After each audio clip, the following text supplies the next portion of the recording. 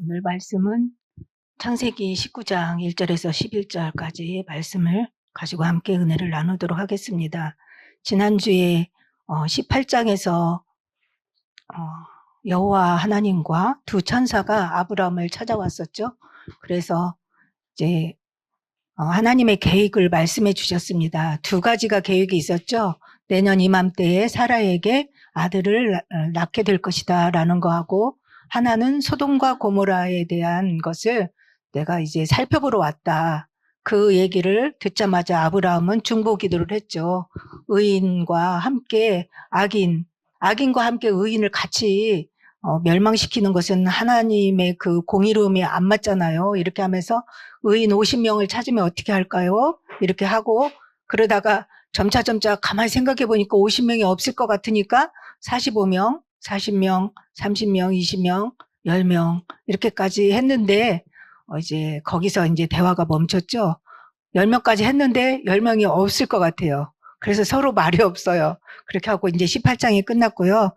이제 그 하나님의 그 계획을 이루시는 장면이 19장에 오늘 나오거든요. 그래서 지난주 메시지 그 18장에서 보면 이제 이 천사 둘은 이제 소돔과 고모라를 살펴보러 먼저 갔었죠. 그리고 하나님과 아브라함이 남아서 대화했던 것을 우리가 살펴봤었습니다. 18장 20절에 보니까 소돔과 고모라에 대한 부르짖음이 크고 그 죄악이 심히 무거웠다라고 했어요. 소돔과 고모라에 대한 부르짖음이 크고 그 죄악이 심히 무거우니, 그러면서 그 다음 절에 내가 이제 내려가서 그 모든 행한 것이 과연 내게 들린 부르짖음과 같은지 그렇지 않은지 내가 보고 알려 하노라. 원래 하나님은 이 사실을 알고 오셨잖아요. 그런데 다시 한번 확인하면서 이제 기회를 주는 것이죠. 그래서 여기서 죄를 짓는 것이 하나님 앞에 들린대요. 그거 보이고 들리고 그렇다는 것이죠. 아무도 없는 데서 가인이 아벨을 죽였는데 하나님께서는 가인을 만나서 대화하시면서 뭐라고 그랬어요? 네 아우의 핏소리가 땅에서 호소한다 그랬거든요. 그래서 억울한 일, 그 다음에 우리가 압제하는 일, 이렇게 있을 때에 그 사람들이 울면서 부르짖으면 그 소리를 하나님께서 들으신다는 것이죠. 죄를 지을 때에 사람들은 하나님을 의식하지 않겠죠. 죄를 지을 때 뭐 하나님 의식하겠어요? 너무 재밌어가지고 거기 그 쾌락과 즐거움에 빠져가지고 하는데 그 죄 짓는 소리가 하늘에 닿는다는 거예요. 하나님 들으신다는 것이죠.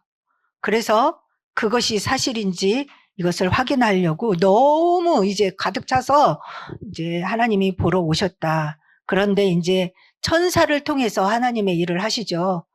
오늘 1절에 보니까 아브라함 때하고는 똑같이 찾아갔지만 시간이 좀 틀린 것 같아요. 18장에서는 언제 왔어요? 아브라함 찾아왔을 때, 그죠?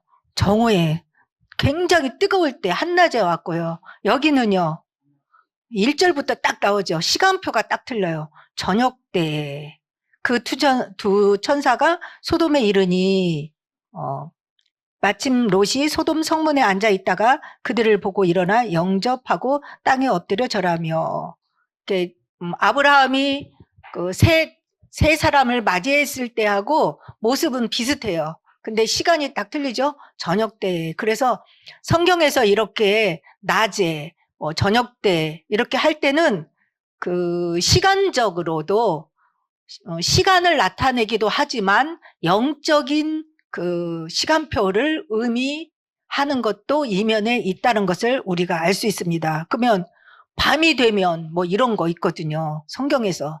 그러면 꼭 나잇이라는 밤이라는 그 시간표를 말하는 게 아니라 영적인 밤, 어두움 이런 것도 다 영적 의미로 말하는 게 더 많아요. 그래서 여기서도 소돔과 고모라를 찾아갔을 때 저녁 때라고 이렇게 써진 것은 저녁일 수도 있지만, 저녁이라는 것도 있지만 영적인 저녁이라는 의미도 담겨 있을 수 있다. 그래서 소돔과 고모라의 그 어두운 타락과 부패상을 여기서 보여주는 의미도 들어있다고 볼 수 있습니다. 그래서 로마서 13장 12절에서 14절에 보면, 방송실이 어디 가지?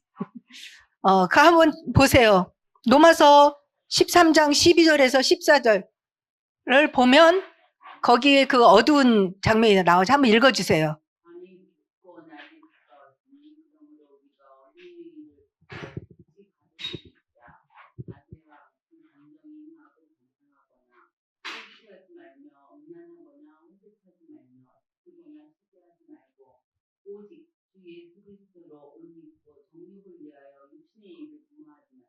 그렇죠.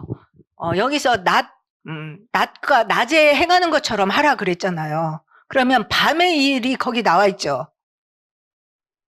13절 한번 해주세요. 낮에와 같이. 낮에는 사람들이 어때요? 환하니까 단정히 행하고 방탕하거나 술 취하지 않고 음란하거나 호색하는 거나 다투거나 시기하는 이런 모든 것들은 다 그러면 낮의 일이 아니고 밤의 일이라는 것이죠. 그러니까 꼭 저녁 시간 시간 타임을 말하는 것이 아니라 영적 의미라는 것이죠. 낮에 하는 것이 아니에요. 이렇게 전부 다 술 취하고 음란하고 호색하고 다투고 시기질투하고 방탕한 이런 모든 것들은 밤에, 영적인 밤에 이루어지는 일이라는 것이 여기서에도 이렇게 나와 있습니다. 그러면 이제 저녁 때에 갔죠.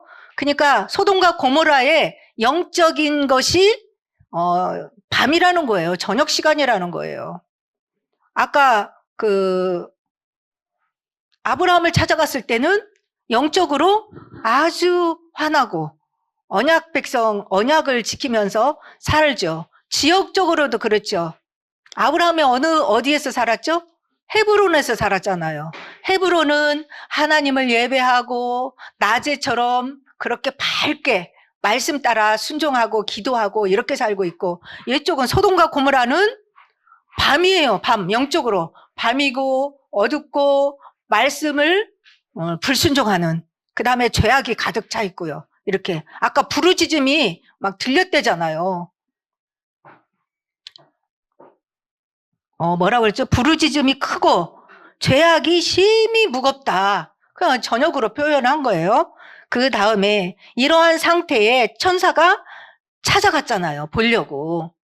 그래서 오늘 제목이 두 천사가 소돔에 가보니까 이제 어떤 상태였는지 오늘 본문의 내용들이 이제 다 나와 있죠. 가서 이제 갔죠. 소돔과 고모라에 갔는데 마침 롯을 만나러 간 거잖아요. 마침 롯이 어디 있었어요? 소돔 성문에 앉아 있다가 그들을 보고 일어나서 이제 영접을 한 거예요. 그러면 여기서 성문에 앉아 있었다라는 것을 한번 살펴보면, 그때 당시에 아브라함과 롯이 살고 있던 그때 그 고대 중근동 시대에서는 이 성문 앞에 앉아 있다라는 말은 뭐냐면 지금으로 하면 유지급인 거예요. 근데 지금 객지로 들어간 거잖아요. 롯이 다른 지역으로 들어갔는데 성문에 앉아 있을 정도 되니까 꽤나 많이 성공적인 삶을 사는 거예요. 여기 가서 적응도 하고 그 사람들하고도 잘 지내면서 유지급이 됐다라는 거예요. 그래서 성경에 보면 신명기 21장 22장, 그 다음에 룻기 4장 1절, 잠언 31장 23절 이런 데 보면 이 성문에서는 재판이 일어났어요. 재판할 때, 옳고 그름을 할 때. 왜냐하면 성문에 장로들이 앉아서 이 사람들한테 우리 딸이 우리 아들이 이런 일이 있습니다. 억울한 거 있습니다. 그 다음에 이것을 판결해 주세요라고 이렇게 성문에 앉아 있는 장로들에게 가서 판결을 받았어요. 그 다음에 룻기서 4장 1절에 보면 그건 여러분들이 내용이 알죠? 보아스가 룻하고 이렇게 결혼을 하기 전에 기업 모를 자가 두 번째였잖아요. 보아스가 첫 번째 사람한테 만나서 이제 룻을 받아들일 건지 안 받아들일 건지 그거를 하기 위해서 보아스가 룻과 지난밤에 텐트에서 같이 있다가 이제 기다려봐라. 나보다 먼저 순위가 있다. 1순위가. 그 사람을 내가 만나보고 와서 그 사람이 너를 받아들이지 않는다고 하면 내가 너를 책임지겠다. 이렇게 해갖고 바로 그 다음날 성문에 가서 이제 간 거예요. 그때 마침 첫 번째 기업물을자가 지나가니까 그 사람 오라 그래갖고 대화를 하다가 이제 그 사람이 받지 않는다. 이렇게 해서 이제 보아스가 룻을 받아들이고 결혼을 하게 되는 거 있잖아요. 그러니까 항상 이 성문에 그 유지급들, 장로들이 지역의 그 높은 사람들이 모여서 모든 것들을 결정하고 그 다음에 사고 팔고 그렇죠. 그 땅을 받아 사야 되는데 그 땅을 사는 거 이런 거. 그래서 공공 집회 장소도 되고 그다음에 물건도 사고 팔 수 있고 그게 땅 문서 같은 거 이런 거 할 때 그다음에 증인도 서고 그랬잖아요. 성문에서. 그다음에 판결 같은 걸 했어요. 그러니까 여기 성문에 지금 롯이 소돔과 고모라의 성문에 앉아 있다라는 것은 롯이 지금 이 지역에서 어떤 위치에 있는지 이거를 알 수 있죠. 그러면 롯은 지금까지 어떤 삶을 살았는지 그것들을 약간 유추할 수 있어요. 왜냐하면 객지인데 유지가 됐단 말이죠. 그렇다면 굉장히 열심히 성실히 이렇게 살았다는 것을 알 수 있어요. 나름 성공한 거예요. 여기에서. 성공했는데 오늘 이 지역이 상당히 문제가 되고 있잖아요. 그러면 창세기 13장에서 이제 네가 좌하면 내가 우하리라 이렇게 해가지고 아브라함과 헤어질 때에 이제 롯은 소돔과 고모라를 선택했단 말이죠. 그때 눈으로 봤을 때에 어땠어요? 애국과도 같고 하나님의 동산과 같이 살기에 물도 넉넉하고 너무 좋은 지역을 선택했단 말이죠. 그런데 알고 보니까 거기는 아직 하나님 앞에 멸망을 아직 받지 않았기 때문에 좋은 곳이었지 사실은 그곳이 골마 터지고 있었다라는 것이죠. 뭘로? 죄악으로. 그래서 오늘 본문에 결국은 멸망을 당하는 시간표에 이르게 됐다라는 것을 오늘 이제 마지막 공부할 때까지 우리가 잘 이것저것 살펴보도록 하겠습니다. 그래서 이제 이 성문에 앉아있는 롯이 두 천사를 맞이했어요. 근데 그 맞이하는 장면은 아브라함하고 비슷한 것 같아요. 앉아있다가 그들을 보고 일어나서 영접했어요. 그다음에 땅에 엎드려 절하며 아브라함도 그랬었죠. 땅에 엎드려 절한다는 것은 굉장히 귀중한 손님으로 인정하고 지금 받아들였다는 것이죠. 그리고 내 주여 돌이켜 종의 집에 들어와 발을 씻고 주무시고 일찍이 일어나 갈 길을 가소서 이렇게 청했어요.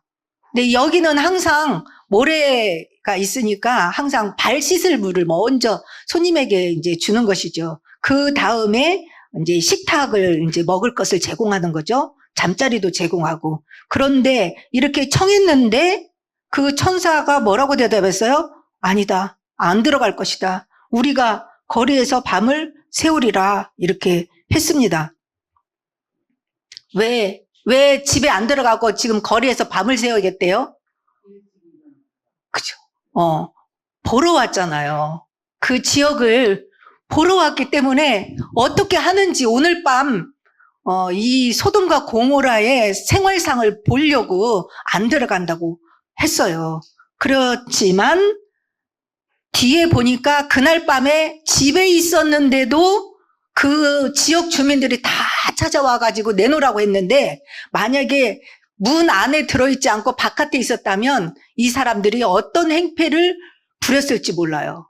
이 모든 것들을 지역의 문제를 알고 있는 롯은 이 사람들을 그냥 길거리에서 잠자게 놔둘 수가 없었기 때문에 들어와서 우리 집에 와서 유하세요 라고 간청을 했어요. 그러니까 그제서야 이 천사가 들어와서 이제 들어오게 된 거죠. 그러니까 롯이 그들을 위하여 식탁을 베풀고 무교병을 구우니 그들이 먹으니라.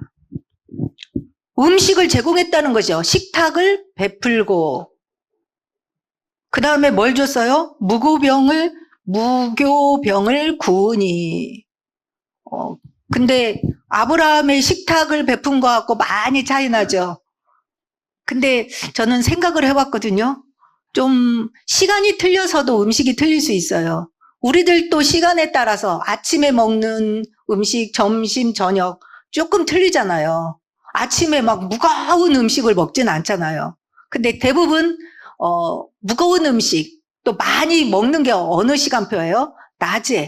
낮에는 활동을 아직도 많이 하면서 소화도 시킬 수 있고 그렇게 하니까 좀 기름진 음식을 많이 먹지만 아침도 그렇게 가볍게 먹고 저녁 때도 주로 가볍게 먹잖아요. 그래서 그랬는지 어떤 이유인지는 모르지만 낮에 찾아간 아브라함의 식탁은 송아지까지 잡았거든요.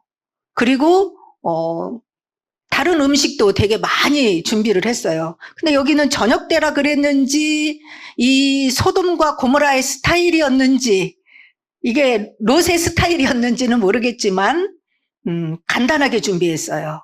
저는 약간의 시간표에 따라서 음식도 달라지지 않았을까 하는 생각도 그런 생각이 좀 들더라고요. 근데 뭐 그런 거는 그냥 제 생각입니다.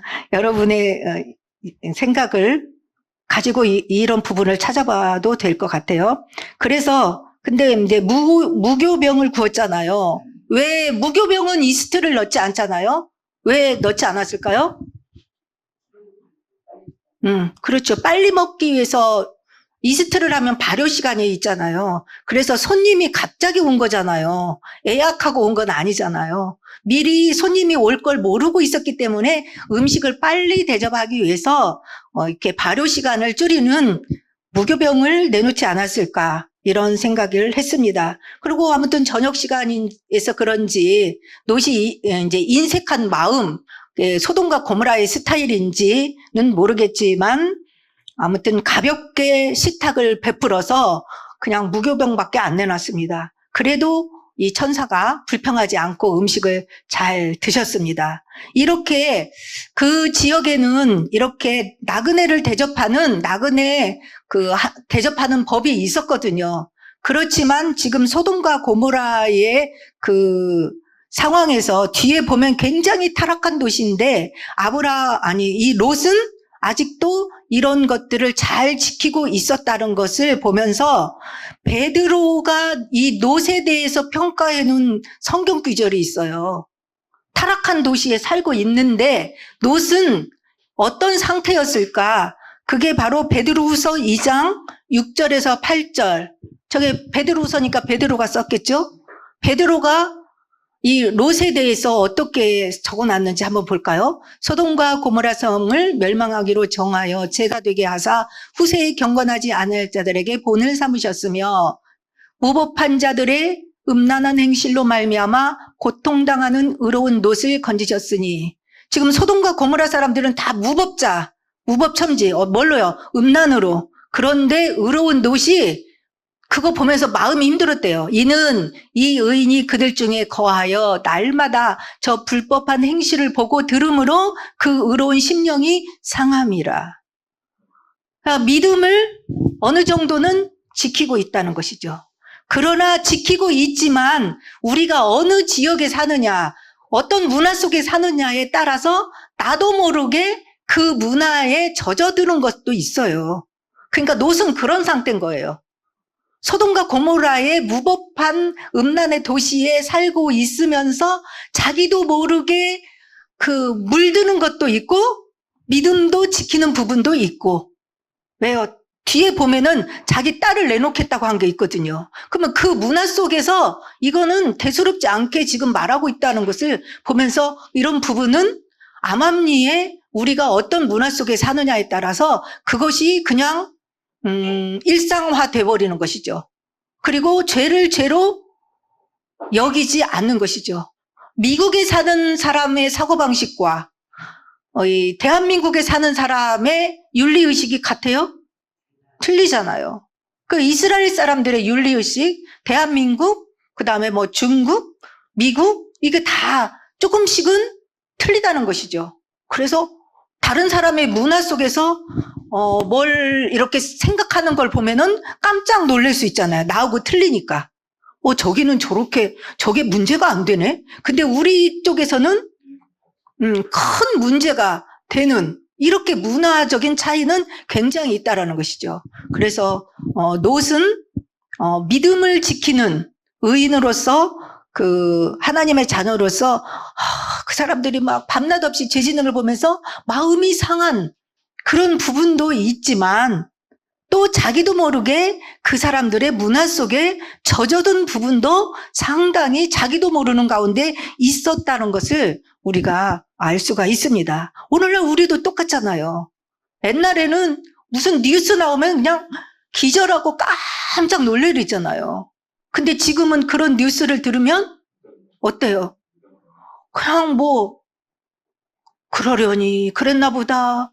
이런 쇼킹하지 않는 거예요. 옛날에는 막 깜짝 놀랄 뉴스거리가 지금은 뭐 어떤 살인사건을 듣는다든지 이렇게 뉴스를 들었을 때 또 그런 일이 일어났나 보네. 뭐 이렇게 무뎌져서 당연시 되어지는 이런 우리 마음이 문화 속에서 우리도 모르게 하나님의 의를 잊어버리는 일이 이렇게 있을 수 있다는 것이죠. 그래서 이제 간청을 하니까 들어와서 음식을 이제 먹었습니다. 그랬는데 그 뒤에부터 이제 큰 문제가 오늘 본문에서 일어나는데 4절에 보니까 이제 음식을 먹고 그들이 이제 누우려고 했죠. 근데 눕기 전에 그 성사람들이 다 왔어요. 근데 그 성사람들 누구누구 왔는가 한번 볼까요? 소돔 백성들이 노소를 막론하고 원근에서 다 모여 그 집을 외웠었어요. 소돔 사람인데 뭐라고요? 노소. 나이 먹은 사람이나 젊은 사람이나 막론하고 그 다음에 원근, 집이 먼 데 있는 데나 가까운 사람들이나 다 왔다는 거예요. 그 집을 에워싸고, 왜 에워쌌지? 5절 볼까요? 롯을 부르며 막 문을 두드렸겠죠. 그 얘기를 돼. 오늘 밤에 내게 온 사람들이 어디 있느냐? 이끌어내라. 우리가 그들을 상관하리라. 이렇게 했어요. 아까 노소를 막론하고 원근을 막론하고 왔으니까 이 소돔과 고모라의 죄악은 어떤 특정한 부류만 짓고 있는 상태가 아니라는 것이죠. 일반화됐다는 거예요. 누구나. 그래서 죄가 죄로 여겨지지 않을 만큼 일반화되어 있는 상태라는 것이죠. 나이를 먹었으나 젊으나 어떻게 같이 와요? 이 일을 위하여. 그 다음에 멀리 살면 그냥 집에 있을 일이지. 그 먼 길을 멀다 하지 않고 가까운 사람도 이렇게 다 왔다라는 거야. 이거예요. 뭐 때문에? 그러면 이 상관하리가 뭘까? 우리 시골 말에도 상관한다는 단어죠. 내가 하는 일 상관하지 마. 이런 거 있잖아요. 간섭한다는 뜻이죠. 이렇게 끼어든다라는 뜻. 그런 뜻으로 우리나라에서는 이 단어를 쓰는데 이 원어에서는 어떤 뜻을 가지고 있는지 볼까요? 이 히브리어로 보면 이 상관이라는 말이 야다라는 말이에요. 히브리어로. 그래서 원래의 의미는 직접 보고 확인하다라는 원래적인 의미가 있지만 그 지역의 성경에서나 문학적으로 보면 이 상관하다라는 말은 성경에서는 주로 어떤 뜻으로 쓰이냐. 성관계의 완곡한 표현이라는 것이죠. 성관계를 하겠다라는 뜻이라는 거예요. 상관하겠다라는 말. 그러면은 그 사람들을 내놔. 우리가 그들을 상관하리라. 그 사람들하고 우리가 성관계를 할 거니까 내놔라. 그런 뜻이에요. 그렇죠. 근데 여기에서 소돔이라는 단어가 있어요. 소돔인데 소돔에다가 Y자를 하나 붙이면 소돔이 이게 남색이라는 낱말 뜻이에요. 낱말 뜻까지 정해졌다는 거예요. 뭐 때문에? 소돔 사람들 때문에. 소돔 사람들이 어떻게 했기 때문에 이런 단어가 만들어졌을까? 그 다음에 거기다가 남색하는 사람이라는 뜻으로 소도마이트라는 단어까지 생겼다라는 거예요. 남색, 소돔이, 남색하는 사람, 소도마이트라는 단어가 나올 정도로 이 소돔 사람들은 그 시대에 음란했고 성적인 타락을 했는데 그 중에서 그냥 성적인 타락이 아니라 남색했다라는 것이죠. 남색은 뭐예요? 남자가 남자를 이렇게 했다는 것이죠. 그래서 성경에서도 남자와 여자와의 관계를 통하여서 결혼하는 것 보고는 뭐예요? 하나님이 창조한 창조의 원리예요. 근데 이 창조의 원리를 바꿔서 쓰는 것 보고 순리대로 쓰지 않고 영리로 썼다라는 말이 로마서 1장 26절에서 27절에 나와 있어요. 그 옛날부터 이렇게 순리대로 쓰지 않고 영리로 바꿔서 썼다는 거예요. 한번 볼까요? 이 때문에 하나님께서 그들을 부끄러운 욕심에 내버려 두셨으니 곧 그들의 여자들도 순리대로 쓸 것을 바꾸어 영리로 쓰며 27절 그와 같이 남자들도 순리대로 여자 쓰기를 버리고 서로 향하여 음욕이 불릴 듯하며 남자가 남자와 더불어 부끄러운 일을 행하여 그들의 그릇 때문에 상당한 보응을 그들 자신이 받았느니라. 아까 26절에 여자도 영리로 썼고 남자들도 여자 쓰기를 안 하고 바꿔서 남자가 남자를 이렇게 영리로 순리대로 하는 게 창조의 원리인데 이렇게 영리로 써서 하나님께서는 어때요? 그대로 내버려 두고 멸망이 된다는 뜻이에요. 이것을 이제 바울이 로마서에서 썼죠. 그래서 이 사람들은, 이 소돔 사람들은 지금 왜 이렇게 하느냐. 창세기 13장 13절에 보면 롯이 그 소돔과 고모라를 선택할 때부터 거기에 소돔과 고모라에 대한 그 내용이 나와 있어요. 소돔 사람들은 악했다라고 해요. 창세기 13장 13절에. 소돔 사람들은 뭐라고 나왔다고요? 악했다라고 나와요. 그래서 소돔 사람들만 악한 것이 아니라 로마서 3장 10절에서 12절에 보면 원래 인간이 악한 거예요. 그죠? 창세기 3장 아담이 죄를 지은 이후로 인간은 악한 거예요.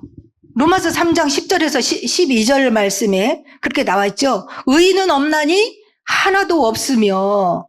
그래서 이 소돔 사람들의 죄는 인간의 본성을 보여주는 것이죠. 하나님 없는 그 의인은 하나도 없다고 해서 하나님 없는 사람은 원래 결국은 소돔 사람들처럼 죄를 지으며 타락할 수밖에 없다라는 것이죠.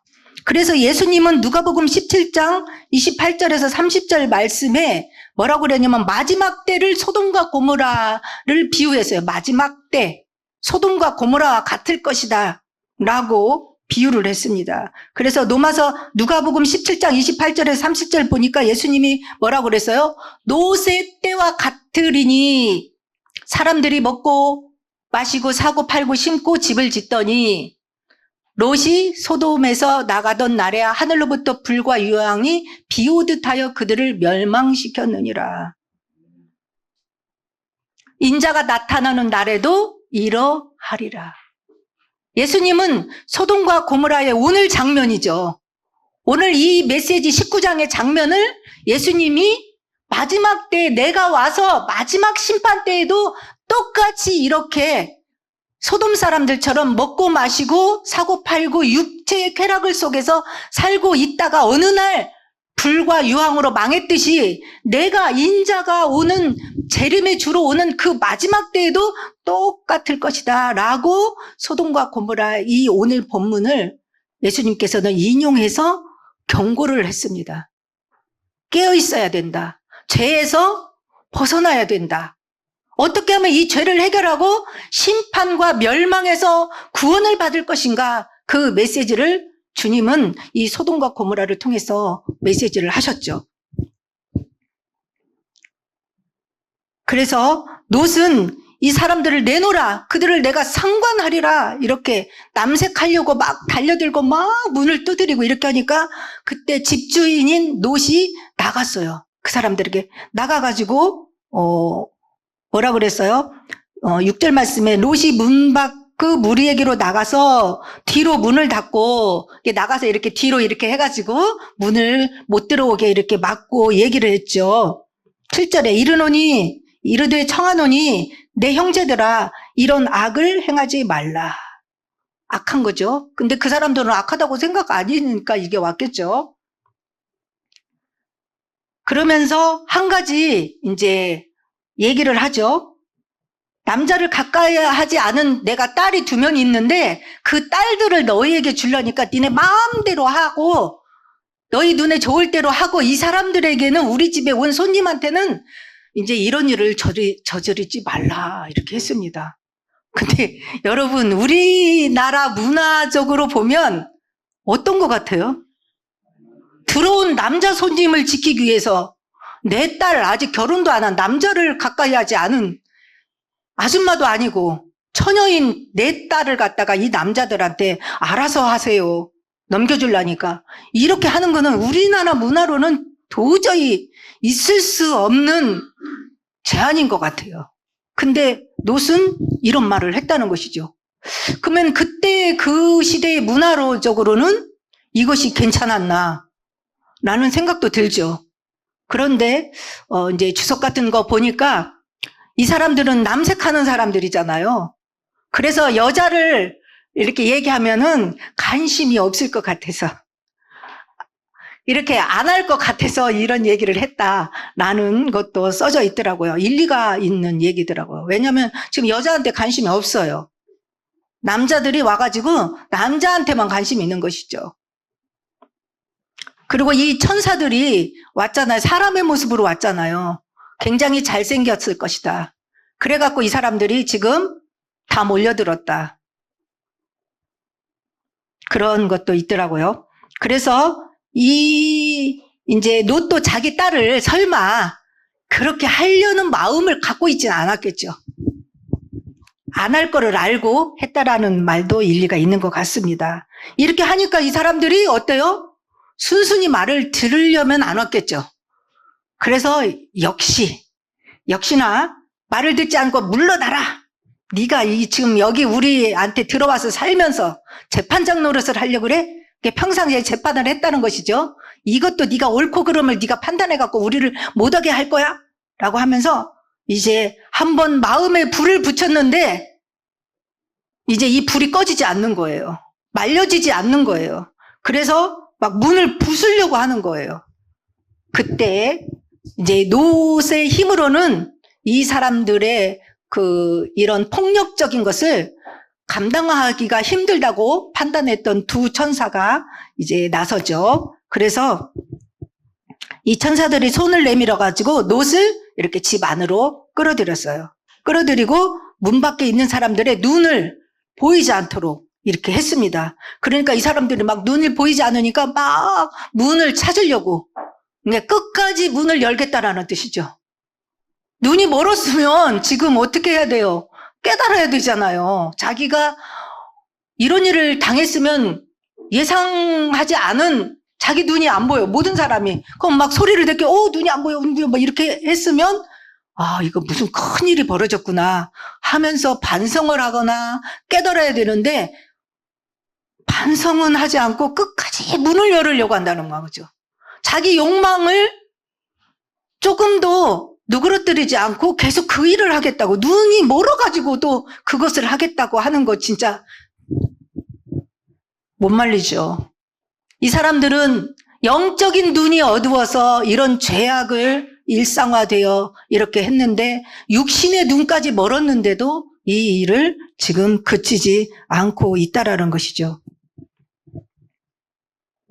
그랬는데 이제 이 천사들이 이제 롯을 안으로 들였잖아요. 그래서 이 문 하나 사이로 뭐예요? 천사들과 같이 있는 롯은 어때요? 천사들과 같이 있는 문 안에 있는 사람은 구원이에요. 하나님의 나라고요. 문 밖에 있는 사람은 뭐예요? 이제는 형벌, 멸망을 받을 거. 딱 문 하나로 구분이 됐다라는 것이죠. 그래서 성경에서 이 문은 누구를 말해요? 구원받을 수 있는 문은 유일하게 예수 그리스도를 예표하고 있죠. 그리스도 안에 있는, 그래서 내가 양의 문이다라고 했잖아요. 그리고 방주를 가지고도 방주 안에 있는 사람과 방주 밖에 있는 사람, 방주 안에 있는 사람은 홍수 심판을 면하게 되고요. 방주 밖에 있던 사람들은 홍수 심판으로 인해서 다 쓸어버리고 멸망을 당했다는 것이죠.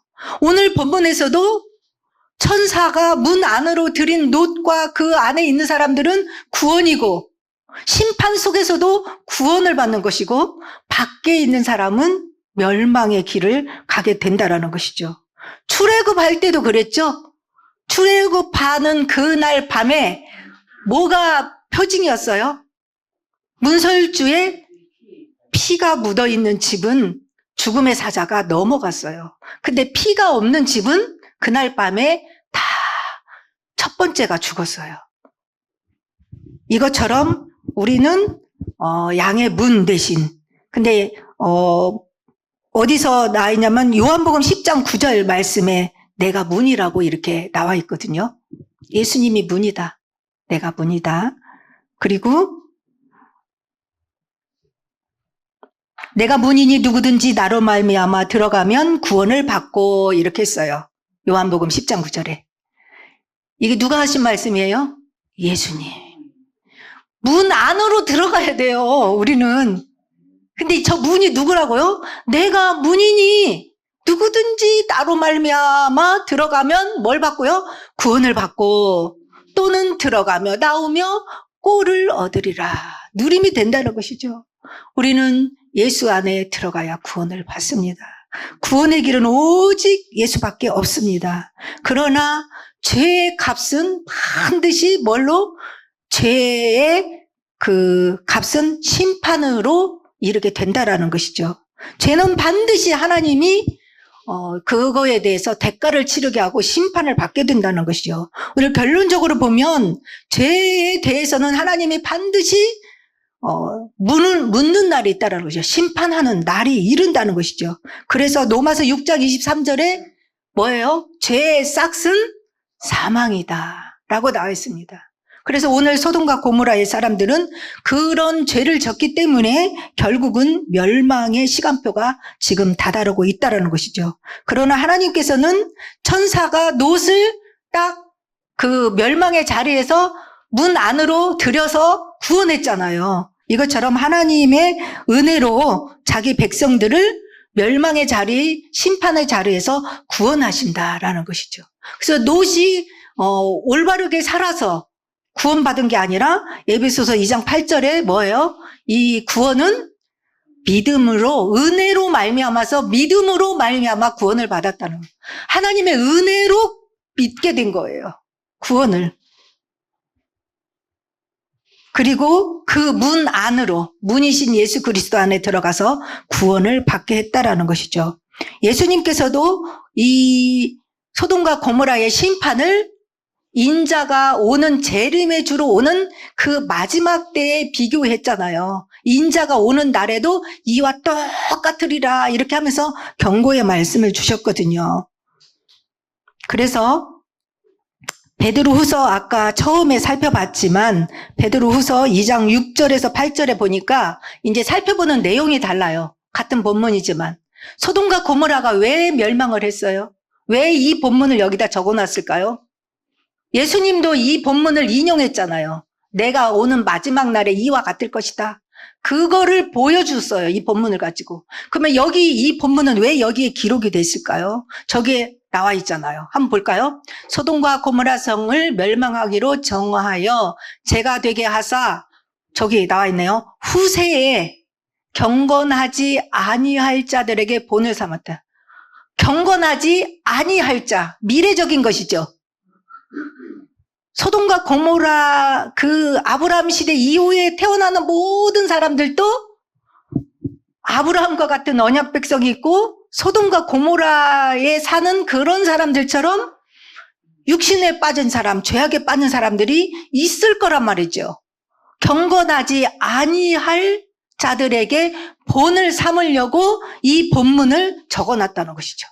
사실은 아브라함 이야기만 써도 되잖아요. 그죠? 하나님이 아브라함하고 언약했고 내년 이맘때에 사라를 통해서 이삭이 태어날 거예요. 여기 사이드에다가 굳이 노세 이야기를 써야 될 필요가 있을까요? 그런데 왜 썼어요? 아브라함 이야기도 아닌데, 이삭 이야기도 아닌데. 베드로후서 2장 6절에 경건하지 아니할 자들에게 후세에 본이 되게 하려고 여기다 썼다는 거예요. 멸망한다. 언약을 놓치면 멸망한다.